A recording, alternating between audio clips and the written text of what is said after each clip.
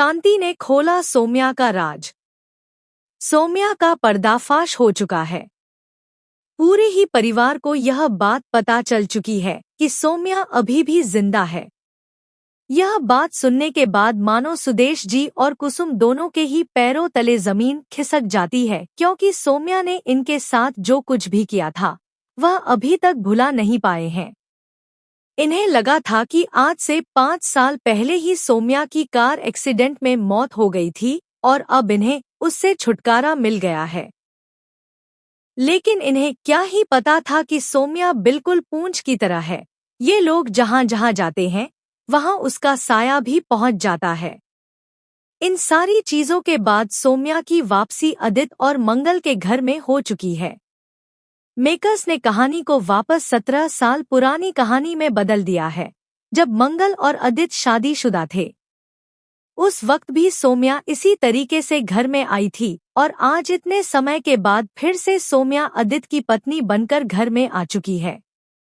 यह कहानी धीरे धीरे और ज्यादा मजेदार होती चली जा रही है। तो आखिर यह पूरी कहानी क्या है, आइए जानते हैं आज की इस वीडियो में। तो बिना किसी वक्त गवाए चलिए मंगल लक्ष्मी के लेटेस्ट एपिसोड का रिकैप शुरू करते हैं। कहानी की शुरुआत होती है आरव से। आरव को बिल्कुल भी समझ में नहीं आ रहा होता कि आखिर वहां पर ब्लास्ट क्यों नहीं हुआ। आरव चेक करने के लिए जाता है और उसी वक्त एक बड़ा धमाका होता है।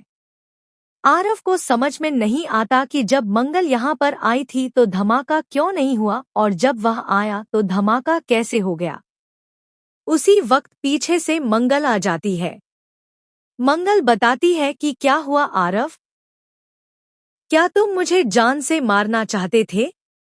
कितनी गिरी हुई सोच है तुम्हारी। फिर फ्लैशबैक में बताया जाता है कि किस तरीके से मंगल ने कांच में देख लिया था कि पीछे से आरव कोई ना कोई हरकत कर रहा है। मंगल को समझ में आ जाता है कि यह लड़का जरूर उसके जाने के बाद यहाँ कुछ करने आया है, इसलिए मंगल वहां से जाती है लेकिन नजर पूरी रखती है। आरव वहां पर कुछ ऐसी चीज रखता है जिससे ब्लास्ट तक हो सकता था, लेकिन मंगल ने चालाकी से उस चीज को निकाल लिया था और जब आरव आया तो वहीं पर ब्लास्ट करवा दिया।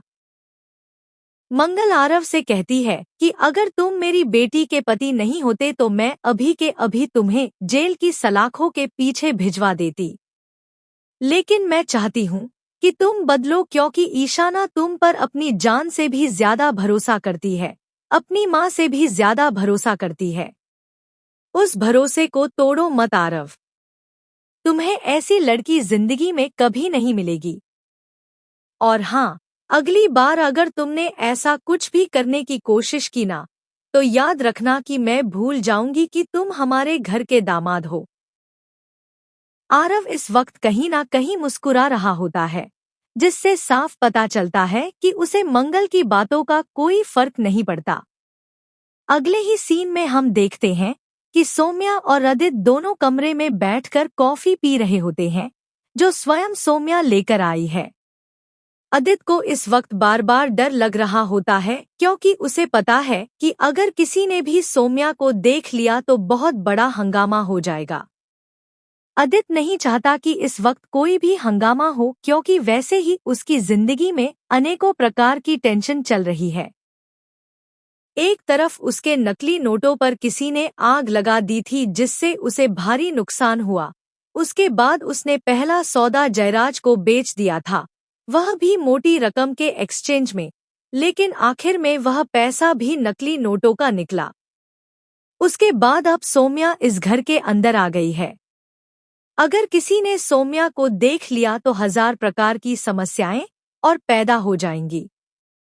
अदित इन सारी चीजों को नहीं चाहता, लेकिन सौम्या कहती है कि अदित, जिंदगी का दूसरा नाम ही टेंशन है। जिंदगी में टेंशन को दूर नहीं किया जाता, बल्कि खुशियों को ढूंढा जाता है। हम अपनी जिंदगी में खुशियां ढूंढ रहे हैं और तुम इतने घबरा क्यों रहे हो? अदित कहता है कि पहले भी हमने मंगल की नाक के नीचे ऐसे कई सारे मीटअप किए हैं, तुम्हारे घर के अंदर भी किए हैं। सौम्या कहती है कि उस वक्त कहानी कुछ और थी, लेकिन अब कहानी कुछ और है। सौम्या कहती है कि उसे लग रहा है कि आदित्य बहुत ज्यादा डरने लगा है। अचानक दरवाजे की घंटी बजती है। आदित्य समझ जाता है कि बाहर कोई आया है। उसी वक्त कुसुम की आवाज आती है। कुसुम आदित्य से कहती है कि मैं तुम्हारे लिए कॉफी लाई हूँ, जल्दी से गेट खोलो। आदित्य सौम्या को जल्दी से वहां से जाने को कहता है और गेट खोल देता है। कुसुम अंदर आ जाती है, लेकिन जैसे ही सौम्या बाहर जाती है वह कूड़ेदान से टकरा जाती है, जिससे जोरदार आवाज होती है।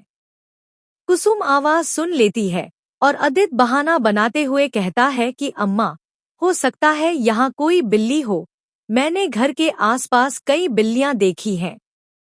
कुसुम की नजर कॉफी पर पड़ती है। आदित्य कहता है कि उसने रात को 2-2 कॉफी पी ली थी, इसलिए वह सुबह यह कॉफी पी लेगा। कुसुम उसे अपना ख्याल रखने को कहती है। उधर मंगल अपनी डांस की तैयारी करके जयराज के पास पहुंचती है और बताती है कि उसने कल्चरल फेस्ट के लिए पूरी तैयारी कर ली है और बहुत अच्छे से की है, शायद वह प्रतियोगिता भी जीत जाए।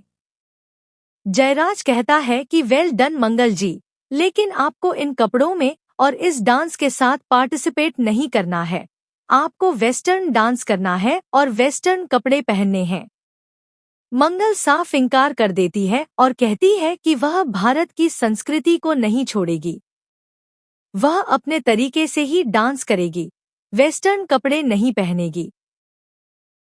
लेकिन जयराज के बहुत फोर्स करने के बाद मंगल को मजबूरन मानना पड़ता है, क्योंकि बात अब देश पर आ चुकी है।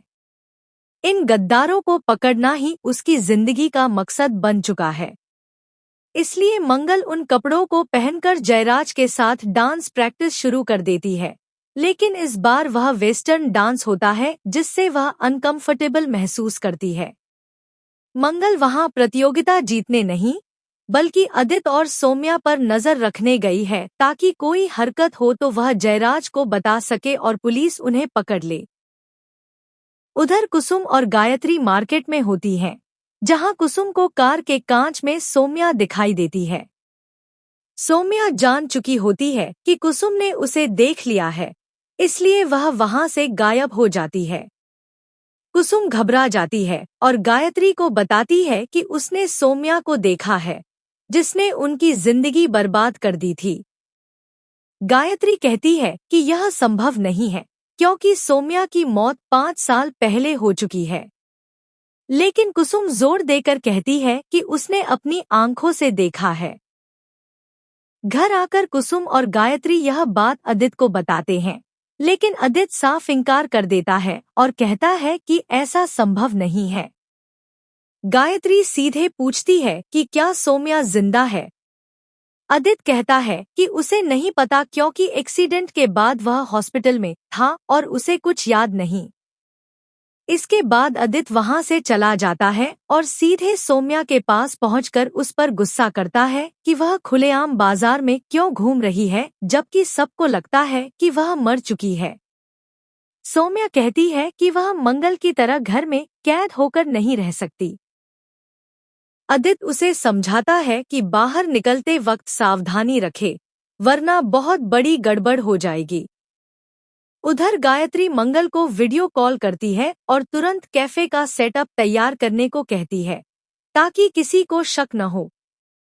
जयराज तुरंत कैफे जैसा सेटअप तैयार कर देता है और मंगल को बैठा देता है। मंगल वीडियो कॉल पर कहती है कि वह मीटिंग में है, इसलिए ज्यादा बात नहीं कर सकती। गायत्री मंगल से दवाइयों के बारे में पूछती है और कॉल खत्म हो जाता है। अंत में जयराज आदित्य से मिलता है और उन पैसों के बारे में पूछता है जो उसने दिए थे। आदित्य मन ही मन सोचता है कि वह क्या जवाब दे, क्योंकि वह पैसा नकली निकला था। इसी के साथ यह एपिसोड यहीं समाप्त हो जाता है। आपको यह वीडियो कैसी लगी, कमेंट सेक्शन में जरूर बताना। मैं मिलता हूँ किसी नेक्स्ट इंटरेस्टिंग वीडियो में, तब तक के लिए गुड बाय।